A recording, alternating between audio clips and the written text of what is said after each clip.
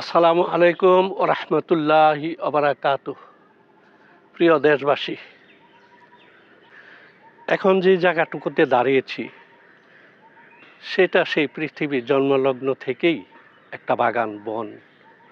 সেই বনটা হচ্ছে, এক সময় বলা হয়তো এটা ব্রিটিশ বন, এক সময় বলা হয়তো গাজীপুরের বাওয়াল স্টেটের গড়, এখন বলা হচ্ছে বাংলাদেশ সরকারের রেইন ফরেস্টের গড় বা বাগান। দেখুন আশপাশের যে পরিস্থিতি, এখানে গজারি বন নেই।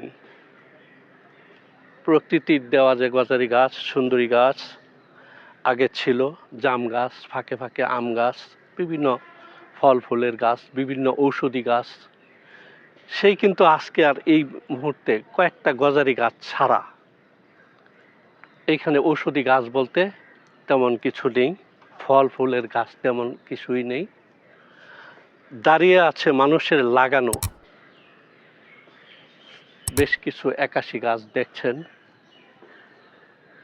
সেটা বাংলাদেশ সরকার, গভর্নমেন্ট, প্রশাসন, ফরেস্ট বিভাগ বাধ্য হয়েছে মানুষের লাগানো বন কার্যক্রম বনায়নের সুযোগ, সেটা হচ্ছে একাশি গাছ। এই একাশি গাছের সুবিধা অসুবিধা অনেকেই জানেন বা অনেকেই শুনেন, আমি ওদিকে যাচ্ছি না। বন বিভাগকে রক্ষণাবেক্ষণের জন্য, তার স্থিরতা ধরে রাখার জন্য ফরেস্ট বিভাগ আশপাশে যারা যে সমস্ত লোকজন গাছ উজাড় করে ফেলেছে বা উজাড় করতে পারে এমন সম্ভাবনাময়ী লোক যারা ছিলেন, তাদের সাথে একটা কন্ট্রাক্ট, একটা চুক্তি, একাশি বাগান লাগাবো তোমাকে মালিক বানিয়ে, তুমি তার 50% বা তার আরও বেশি সুবিধা ভোগ করবা, আর বাংলাদেশ সরকার ফরেস্ট বিভাগ বাকি অংশটুকু সুবিধা ভোগ করবে। অর্থাৎ এখানে কৌশলটা নেওয়া হয়েছে যাতে বন আর উজাড় না হতে পারে, বন বিভাগ যেন গাছবিহীন ভূমি না থাকে, তা থেকে রক্ষার জন্য, তা থেকে বাঁচার জন্য কিছুটা হইলেও এটা একটা অভিপ্রায় বা এটা একটা চুক্তিপত্র, সন্ধিপত্র করা হয়েছে। তাতে দেখা গেছে অনেকটাই আজ যে জায়গাগুলো খালি করা হয়েছে সেখানে গজারি গাছটার হওয়া সম্ভবই হচ্ছে না। এই আকাশি বাগান বা একাশি গাছ মাধ্যমে লাগানোর মাধ্যমে সরকার একটা সুবিধা ভোগ করবে এবং প্রান্তিক লোক যারা গাছ কাটার সাথে সম্পৃক্ত তারা একটা সুবিধা ভোগ করবে। সেই চুক্তিতে আজ বনায়ন কার্যক্রম শুরু হয়েছে।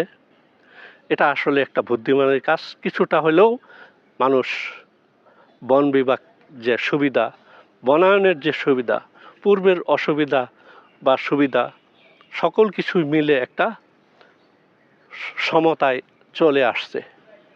সেটা কতদিন থাকবে জানি না।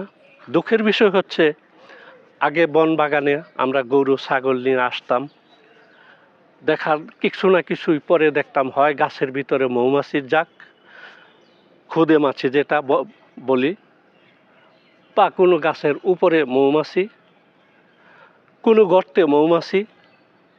এখন মানুষের অবাধে চলাফেরার কারণে মৌমাছি বিদায় নিয়েছে। এটা একটু আগেও বলেছি, একটা বিষয় বিদায় হয়ে গেছে। গরু ছাগল রাখার জন্যই হোক বা ঘোরাফেরার জন্যই হোক, এখানে আসলে মৌমাছির সাক্ষাৎ আর পাওয়া যাচ্ছে না। সেটা না থাকার যে একটা খারাপ প্রভাব, খারাপ দিক, আমাদের কৃষি ফসলের উপরে যে একটা খারাপ দিক, সেটা আমরা ভোগ করতেছি। এই খারাপ দিকটা নিয়েই ভোগ করতে হচ্ছে, এটা আমাদের কর্মফল। আরেকটা বিষয় হচ্ছে, আমরা একটা সময় এই বন বাগানে আসলে পরে বিভিন্ন ঔষধি গাছ দেখতাম। তার মধ্যে দেখতাম অর্জুন গাছ, বিভিন্ন ধরনের প্রজাতির গাছ, ফুল ফলের গাছ তো দূরই হয়েছে, ওই ঔষধি গাছগুলি আর এখন নাই। বাইট গাছ দেখতাম, এখানে বিভিন্ন প্রকারের হলুদ চাষের মতো একটা গাছ থাকতো, সেগুলিও এখন আর শোভা পায় না, খালি হয়ে গেছে। এই যে প্রকৃতির দেওয়া ঔষধ আমাদেরকে আল্লাহ তাআলা দান করেছিলেন এই বনের মধ্য দিয়ে, আমরা তা কিন্তু হারিয়ে আজ ওষুধ ফ্যাক্টরিতে আমরা প্রত্যেকেই ভর্তি হয়ে গেছি। আমরা সুবিধা করে দিয়েছি, তাদের ব্যবস্থাপনা একেবারেই আওতাভুক্ত হয়ে গেছি। বহু রোগ আল্লাহ তাআলা দিয়েছেন, এই প্রকৃতি থেকে কুড়িয়ে নিব, এই প্রকৃতি থেকে আমরা কালেকশন করব, রোগ সেরে যাবে। আদম আলাইহিস সালাম থেকে নিয়ে আজ অবধি সেই প্রথায় থাকার কথা ছিল, তা থেকেও আমরা বঞ্চিত হয়েছি। বুঝুন আমরা কেমন স্বাস্থ্য নিয়ে আছি আর কেমন সুস্থতা কামনা করতে পারি। এখন মাসুল দিচ্ছি হারে হারে, বন আজ উজাড় করে দিয়ে। এমনটা আমরা আর কখনো যেন বোকামি না করি। গভর্নমেন্ট প্রশাসন প্রক্রিয়া চলছে এই বাগানটুকুকে আরও কিভাবে সুশোভিত করা যায়, মানুষ যাতে এখানে অবাধে না আসতে পারে, না ঘুরতে পারে, যাতে এখানে মানুষ অত্যাচার না চালাইতে পারে।